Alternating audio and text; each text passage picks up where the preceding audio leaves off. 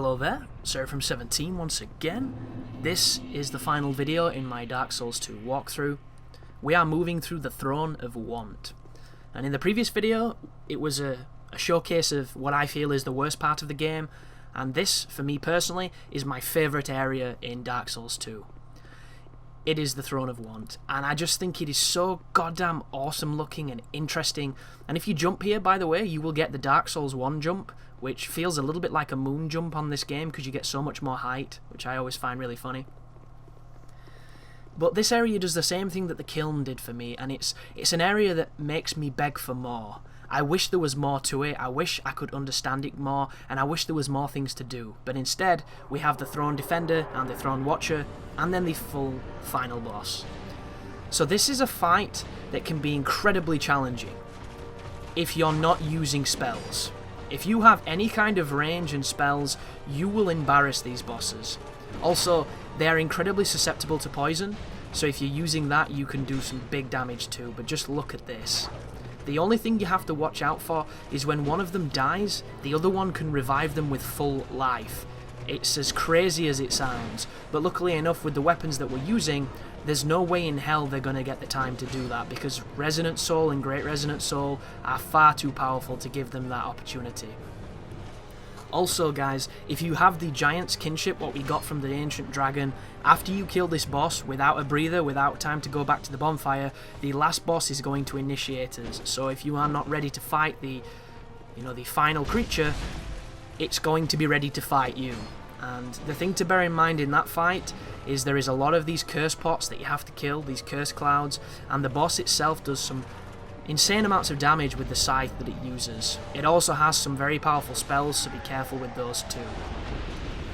But right now I'm probably going to use a spice to bump up my stock, because the last boss is very protected against dark, but it's still going to do some decent damage.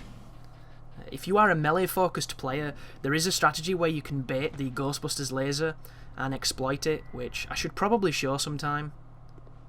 But here is the final boss, and here is I'm summoning all the douchebag jars, and I just punched her with my chime and got cursed. So something worth noting, you can roll through these clouds of curse to kill them, because for some reason it classes as an attack. And the curse here does something that it does nowhere else in the game. It damages you passively while the curse is building up, and I don't like that at all. I think that's kind of shitty actually. I think the curse itself is enough motivation to do things differently in this fight. I don't think they had to do that, and it makes going for no damage quite interesting if you want to melee her, because I don't know if it's possible. Like, it would take some serious luck when it comes to baiting her out of the range that you need her to be, and I think it's definitely doable. I just question it, thanks to that curse nonsense. But as you can see, we're not doing massive damage against her, but she's not difficult to dodge. If she comes up close, she does have a little bit more of a diverse repertoire of attacks. If you have a bow, by the way, the bow works perfectly against this boss. I have a video on my channel of me getting a no damage kill on her in like New Game Plus 2, just with a bow. That is an AoE, get the hell away. Luckily enough, none of the AoEs on this game are fast enough to kill you. Dark Souls, not so kind. And that's going to summon more curse pots, that. Whenever she does the crazy, look at my kingdom of filth, you know she's going to get the curse pots out, but she's already dead, and we're already done with the game, and there's nothing really left to be said, folks. That hopefully is a walkthrough that will help anybody get through this game promptly and with ease. And thank you for watching. Thank you for listening if you're the type of person that puts it on like a podcast, and if you've ever took the time to check more things out on the channel, I'm eternally indebted to you, because my viewers are the people that keep it alive, and the empire just continues to grow, and it's a really awesome feeling.